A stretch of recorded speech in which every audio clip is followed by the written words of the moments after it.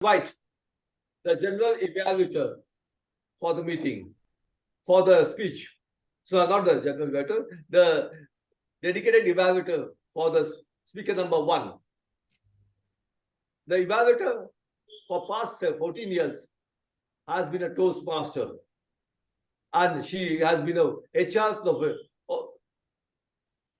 for past 14 years. She has been a HR professional, holding different roles from recruiter to her current position as HR manager, overseeing diverse aspects of human resources. She has been a Toastmaster for 2 years and has served as Vice President member for Home Club and is currently serving as a Vice President Education. She is from Agnel Toastmasters Club, Navi Mumbai, District 98. Her passion includes reading, traveling, whenever feasible, within her budget and schedule, and having an abundance of friends. And she indulges in Netflix binges in currently one of her guilty pleasures. So please join me in welcoming the evaluator for speaker number 1, Toastmaster Libby Abraham. Thank you, Toastmaster of the Day. My target speaker is attempting his level 1 project for evaluation and feedback from his selected path, effective coaching. The purpose of this project is for the member to present a speech on any topic, receive feedback, and apply the feedback to a second speech. My target speaker is giving that second speech today, and the purpose of that speech is for the member to demonstrate that he has applied the feedback that he has received for his first speech. Timer, please note the time allotted for the speech is 5 to 7 minutes. All the very best to my target speaker.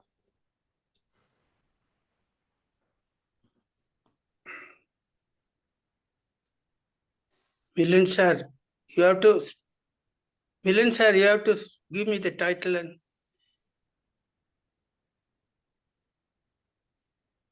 hello. Okay. Milind sir, you have to introduce. I think Milind sir is probably not able to hear us. I think he's just looking at the title. 1 decade without you.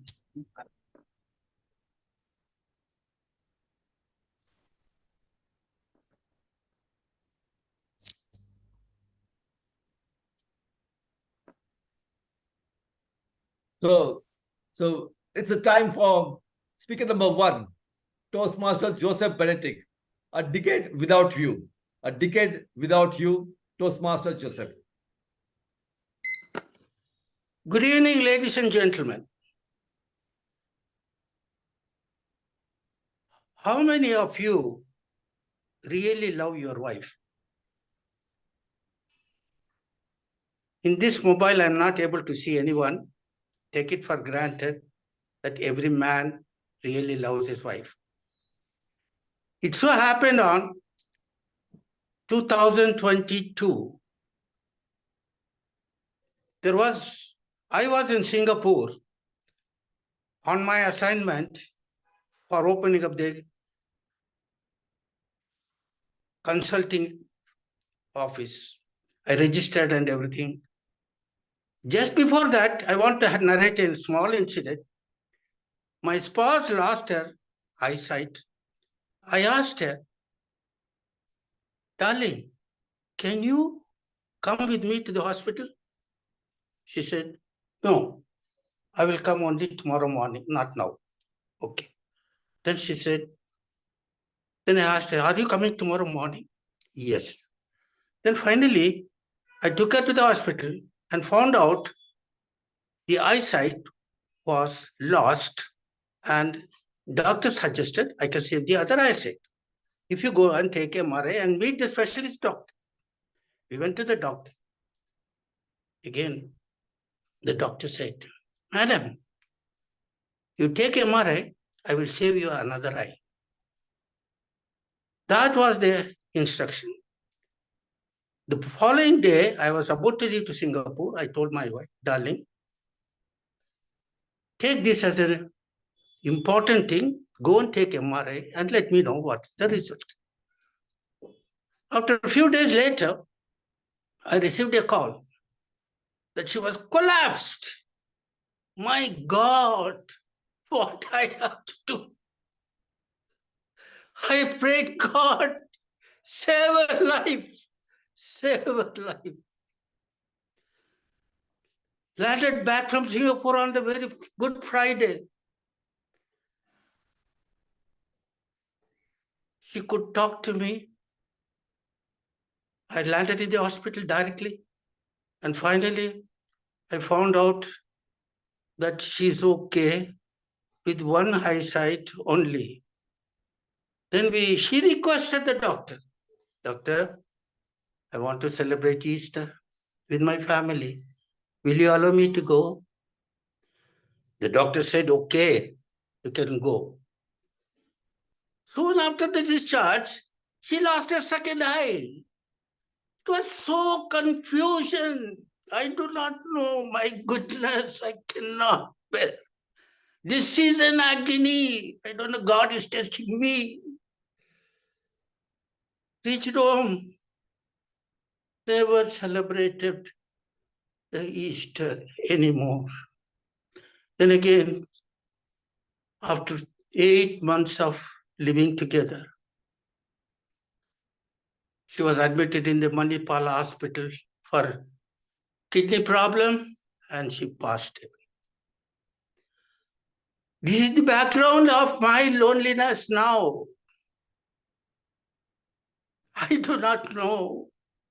I was suffering for 2 years in loneliness. Finally, I went to the Minister George and asked him, put my credentials and told him that I am going to help BBMP in roads infrastructure. He agreed and he phoned to the commissioner to take me. 4 months I was doing the job. One fine evening, I could not walk home. The knee problem. That closed my chapter in BBMP after working 4 months. Then again, God sent an angels to my house. They came and registered me for yoga. And they made me to stand within a week's time. So I was practicing yoga and I was walking very well and stood up so much. And I was continuing that one. And one time, my mentor is no other than D.T. Millen, sir. He put me in the Toastmaster. In the Toastmaster, again, he said, why don't you join Toastmaster? Because you always speak very well. So that was the criteria for joining the Toastmaster. After that, it was so embarrassing being alone, but somehow I found out Toastmaster is a very ideal situation to join. Then I was continuing that one.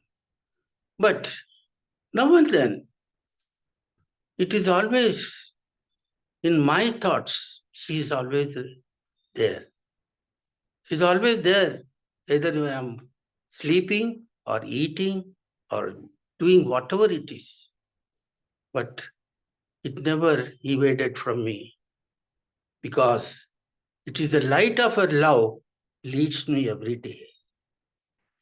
The touch of her bliss reveals me of our pain. The remembrance of her name brings life into me. Therefore, the message, we all want to have our life to be in a status level. But we never ever think that how we are separated from a husband and wife for 30 years in my case.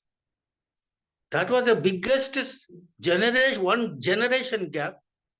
Even Rama returned back 14 years. I returned back 30 years. Then after that, I thought I could live with her. She requested me, I have invested all the money in the property. Why don't you just go for a second chance. That's what I went to Singapore. And this is what happened in my absence. So the bottom line is that never ever go for wealth.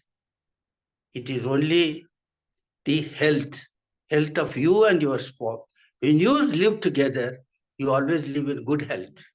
When you are separated, someone will lose their health. In this case, it was my beloved wife.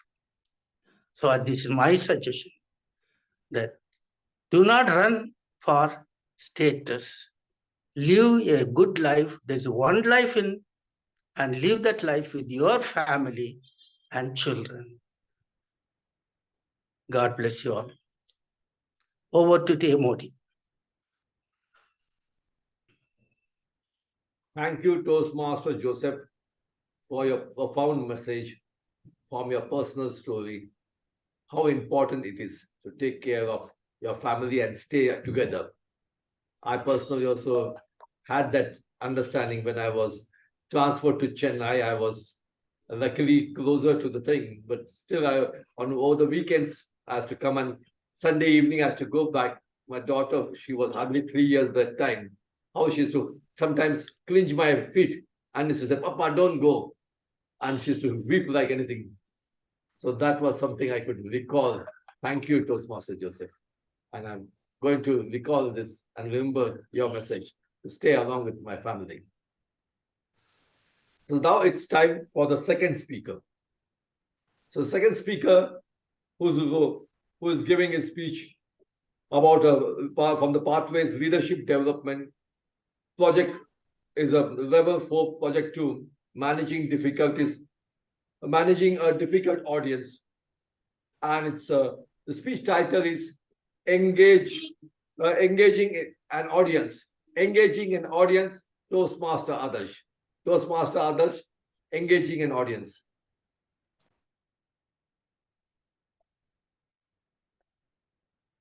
Just 1 minute, Milan sir. Just 1 minute.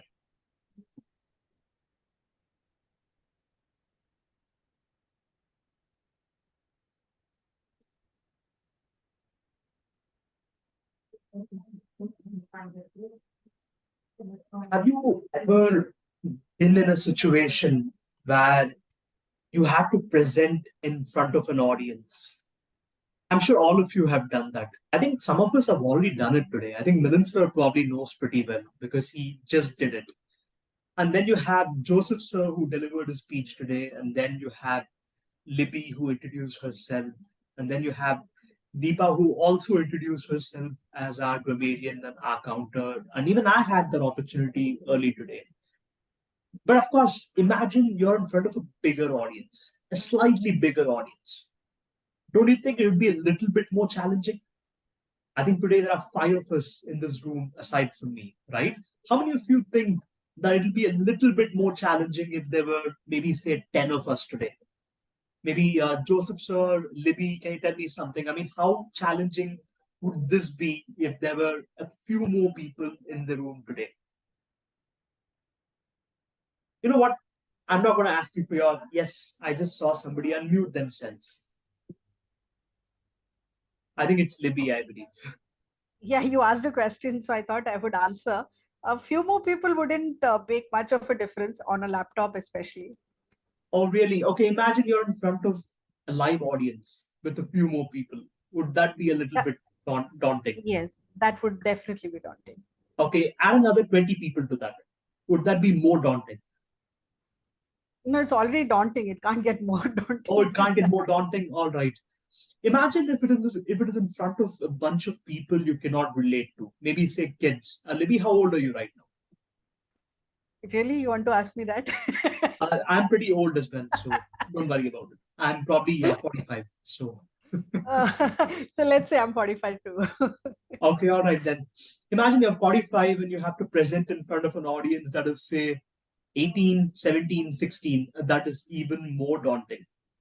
Because this is an audience that you just cannot relate to that easily. And that was my situation not so long ago. I think A few months ago, I took up my first opportunity of presenting in front of a bunch of college kids. And this is the last thing I want to do in my life. The last thing I want to do in my life was present in front of a bunch of kids that don't understand me as a person. Now, one thing you should know is that I'm actually just 24 years old. Yes, I'm not 45, I'm actually 24. But but with that said, my mind is so mature and that I've had the opportunity of only surrounding myself around those that are probably older than me or probably more mature than me. And I've been having these mature conversations for a long time, be it business or personal life or anything for that matter. And of course, as the theme of the meeting says, I am in a position where I have to make decisions in my everyday life. And I'm so used to talking to these people that when I'm put forward in front of a bunch of kids, I struggle so much. I literally sweat. And to give you an idea, this dates back to a couple of months ago. As I said, I had to present in front of a bunch of kids on how they can use their pocket money for a better saving. Because I'm a wealth manager by profession, I educate people, I advise people on how to better manage their money, and I sort of take that money and I deploy that and manage their whole portfolio. But in this instance, it was very different because you know what college students were like. I'm sure all of us were college students at some point. We used to not care about our teachers, or even if we did, we never really had what it took to express it. I think all of us were so occupied with our jokes and humor back in class, or even be it games, because some of us are probably playing card games in class, or maybe some of us were playing with our pens. I think there's something called a pen fight. I'm not sure how many people know that. That's a very juvenile thing to remember, but I remember it somehow. And some of us used to play these pranks on each other in the class. And this is exactly what was happening for the entire 45 minutes of time that I presented to them. Okay, not the entire 45 minutes of time, but it happened for a good chunk of time. And this was the situation I was in. Imagine you're talking about money. Imagine you're talking about some mature stuff. They don't want to listen to you. And this is where I had to adapt myself. This is where I had to adapt myself. I had to start talking to them in a way that they would understand, in a way that they'd be able to relate. So when I started talking about money, I tried relating that to some things that might probably benefit them. I probably asked them a question as to how many of you watch movies? Because all of us love watching movies. And from what I understood, many youngsters tend to watch movies every week. And if you're spending as much as, say, 250 rupees on a movie ticket, I gave them a map showing what would the 250 rupees per week over a 20-year period look like.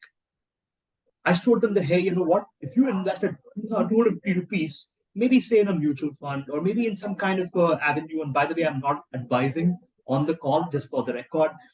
Let's say you were to deploy your money into an equity-based investment or something that delivers maybe say 12 to 14% returns every year.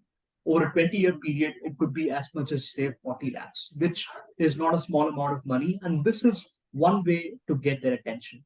But of course, I felt that maybe I'm still falling short somewhere, right? Because I gave them an example and then I instantly got into the money aspect of it, which didn't really serve the purpose by and large. So what I did during the course of the presentation, after getting through all the vague items about money, I asked one of them to come over to the stage and I asked them a very basic question. Hey, what is your goal? What is your goal in life? And of course, a lot of us youngsters don't tend to think about the long term. We don't think about retirement. We don't think about the bigger problems. We try to encounter the short-term problems that we have, be it, say, vacation. Everybody wants to vacation. Everybody wants to travel the world, I swear to I God. have a question. Yes. Okay. So, but why should I go to you to give? You are so young to me. I'm maybe for your father's age. What experience you have to help me in doing this thing? That's a wonderful question. Actually, that is what makes me very, very special. I'm one of those individuals, although I might be 24, I started doing this when I was as little as 8 years old. That's right. I actually have 16 years experience in finance. So how did that happen? Well, I come from a family of people that were into wealth management. Starting with my mother, most importantly, because she's the first person that comes to my mind.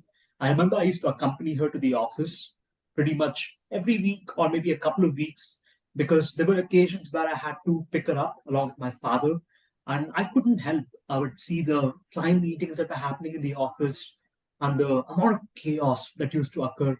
And I was fascinated with all the numbers, the charts, and handling people. Because this is one profession where I feel that I cannot just contribute to someone from an advisory standpoint, but I can also help them on an individual level, on a personal level. It's a form of CSR, as we call it, a corporate social responsibility. And that is what makes me special. And yes, to add to that, I'm also highly qualified because I have done a couple of degrees already. I and have a a couple of question for you, Adarsh. I have a question for you. Do you think that your audience are always of investing in the money mindedness or something like that? Because some people are well off, some people are not well off. So they have different opinion in their investment and all those things. Or somebody might have invested. What is your concern on those dealings? That's actually a very, very unique question. Thank you very much for that, Toastmaster Joseph. Yes, people come with varied requirements. There are some people that have this requirement wherein they have all the money in the world. Why do they need me, right? You've already made your money over the years. But as we say in the investment world, what got you here won't get you there. What got you here won't get you there. And what I mean by that is that, let's say in the last 10, 15 years, you've been investing money in real estate and you've been making a lot of money from real estate. Just because real estate made you so much money in the last 10, 15 years doesn't mean real estate will make you money in the next 10, 15 years. That's one thing to keep in mind. And the second aspect of it is something that most of us encounter in everyday life. I think when you are maybe say 20, 25, you think about accumulating money. But when you are 50, 55, you already have all the money and you don't know what to do with it. You don't know what to do with it. I'm sure some of us have been in that situation. I'm not sure. You don't know what to do with the money that you have. Do I go and generate a higher return on the portfolio? Or do I probably start withdrawing some money in the form of regular income? And that is where I pitch in. I pitch in to understand your requirement and help you find ways to better exploit your wealth. And with all those queries solved, I'm going to quickly come back to my speech again, wherein I'm going to talk about how horrible I felt while presenting in front of a bunch of kids. And to be very honest with you, I actually didn't feel horrible. I think at one point, I called someone over to the stage and I asked him a very simple question, as I previously said, what is your goal? And his response was, I'd like to go on a vacation.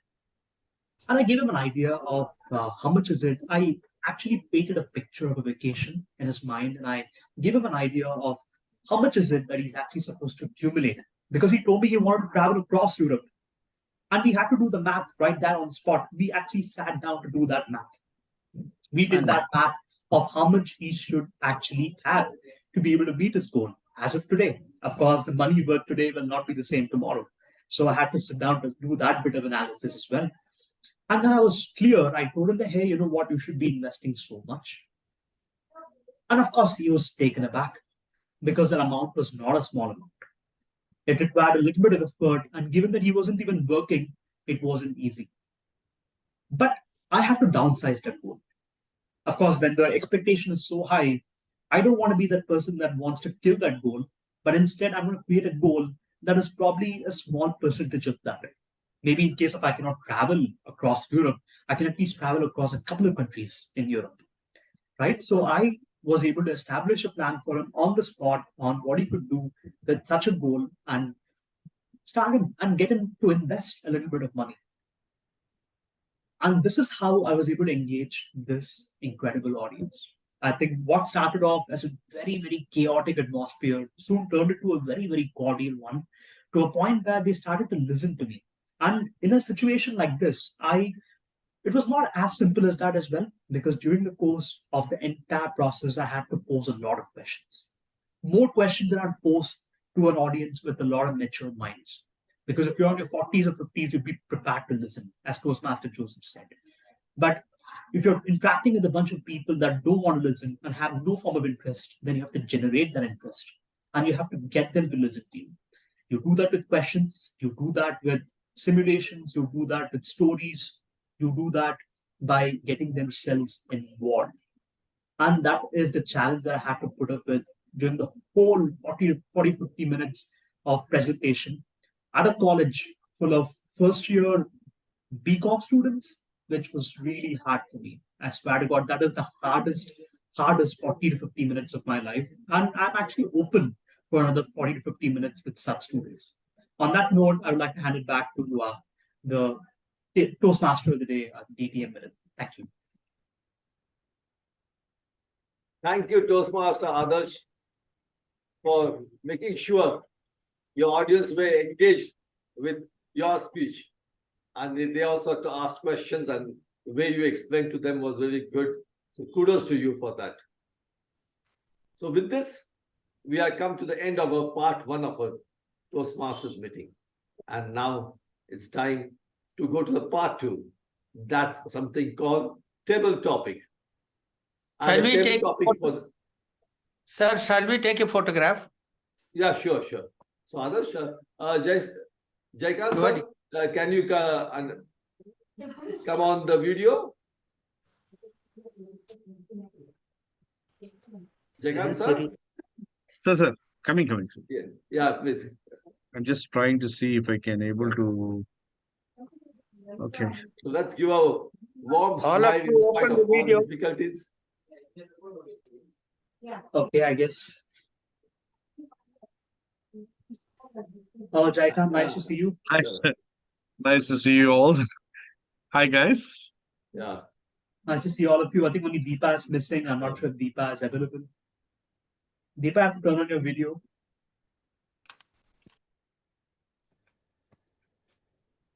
Joseph, sir. All right, As then. usual, you always look very handsome, huh? Toastmaster Joseph, the bird is not visible. Put it on the other shoulder. Oh, you The actually have a background bird. is I white. didn't Your notice bird that. is also white. But yeah. Can you see me? Yeah, okay. Good. Amazing. Then that's amazing. Let's in 3, 2, and 1. Done. Thank you. Thank you. And thanks, Jaikant, for joining. Thank you, sir. Thank you, sir. Thank you, sir. Sorry, I'm outside, so I'm just trying to hide Oh. myself from the camera. But anyway, thank you so much, sir. Thank you. So for the table topic master for the evening is the same person who had been the evaluator for the speech number 1. So please join me in welcoming Toastmaster Libby Abraham. Over to you. Thank you, Toastmaster of the day. A very good evening to all my fellow Toastmasters. I am Libby Abraham and I am the table topic master of the day. The purpose of a table topics master is to facilitate the table topics, where guests and members will have the opportunity to practice their impromptu speaking. This session gives the members and guests an opportunity to sharpen their listening, thinking, organizing, and speech delivery skills. I will reiterate the time allotted for table topics once again. A green screen will be shown at 1 minute, a yellow screen will be shown at 1.5 minutes, and a red screen at 2 minutes. The grace period of 30 seconds is given at the end of the maximum qualifying time. The speaker has to speak for a minimum of 1 minute to qualify for the voting at the end of the meeting. All speakers are requested to use the word of the day, which is decision. Can I have my first volunteer, please? Or should I just pick up people? There you go. Toastmaster Joseph. The topic for you. Tell us about a time when you had to make a decision under pressure. Tell us about a time when you had to make a decision under pressure. That was way back during my marriage. When everything was ready, I came from Hyderabad. I was living in Hyderabad. I came from Hyderabad to Bangalore with all the things, whatever that is required for an engagement. And once I landed with flowers, sweets, sari, and all the gold ornaments, everything, what is called the 7 plates, they call it. I brought everything, and all of a sudden there was a discussion about the dowry. I hated that. In fact, I wanted to marry a girl from the orphanage. But my sister said, they may not be brought up in a good situation. Better I look for you a girl. My uncle came and decided about this particular girl. We never saw each other, but we accepted I sent my convocation, BSc convocation, and she was a school girl. What happened was, they suddenly said, no, I cannot give anything. You can take back everything what you brought. So that was under pressure. I spent so much money. You know, the gold at those days was 250 rupees per tola. So it was a very hard-earned money for me. Then that is the time I said, I don't want anything. I want only the girl, and I will take her home with whatever, whatever she was wearing. That is enough for me. That was the decision. And everybody appreciated on the other side, but our side, they were a little sad. I said, this is my decision. She's going to be my life partner. There's no one to decide except me. Over to you. Thank you, Toastmaster Joseph. That was indeed an inspiring story, and you've definitely made me a fan for life. Can I ask Toastmaster Adarsh to take up the next topic, please? So there'll be just one quick minute. I'll just set everything up. Meanwhile, you can hand it to Milind, sir. I'll prepare myself. Yeah, okay. Toastmaster Milind, will you take up a topic? Yeah, sure. Okay. Tell us about a decision that you regretted making. Tell us about a decision that you regretted taking. In my BCom Part 1, my exams, I got very poor marks in maths. In fact, I failed. And there was one more subject, Part 2. So I had to do better. So that time I took a tuition. And I made sure I got 78 marks in that. So in fact, I had attempted all the 5 questions. So I was quite surprised that I could finish everything, but somehow maybe some process I could not, so I got 78. But in my mind, I always had maths is not my cup of tea. So when came for professional exams, so I registered for my foundation for CH, that is Chartered Accountant, and Cost Accountant. But both of them had maths, again, calculus and all trigonometry and whatnot. So I got very comfortable. And thereafter, I registered for company secretary, because while going through the syllabus, I saw there was no maths. That's why I selected. However, after finishing my company secretary, I went back to my ICW, that's costing. I passed my ICW exam, even the maths. But however, that feeling that I should have continued the tuition from my teacher who had given me 78 marks, and I've done that, I feel, because even today, when it comes to accounting or mathematics, I don't feel comfortable. So that, because I realize, like from Toastmaster, when you have a coach, you can succeed. Getting 78 in an actual board exam. In fact, in the ranking, I was on the top something. That's what they wish to show there, the top 100 or something. So that not taking coaching and repeating the coaching with him would have helped me to even complete my chartered accountancy and cost accountancy very fast. So that is something I recollect. So there are times when you take decisions and then you feel it's negative. So that was my case. Did not continue with my coaching. over to the table topic, Master. Thank you, If Toastmaster. Jaikant can, no, take it. Jaikant, can you join for table topic? Though he said he's outside, so is it possible for him? Jaikant? Sir, I think I might not join for today because I'm outside. It's a bit stressful outside. Take I a mean, try. Yeah. People are going to pull your leg or something if you start speaking. no, yeah, we can try that, but someone might. Yeah, just go ahead. Let's see. Because today we Yeah, are let's taking give it a try, sir. I mean, don't Yeah, no, please not go to ahead. worry. I mean, we'll just give it a try. Go ahead, Yeah, dear. I mean, you give have it a some try. topic for me? Yeah, yes, Toastmaster Jaikant. Oh, yes, you got. Okay. If you have a choice of going for an India-Pakistan match to a stadium or a luxury stay at a five-star hotel with no TV access, what would you Mhm. choose? If you have the option of going for a live match between India and Pakistan and a luxury stay in a five-star hotel with no TV access, what would you choose?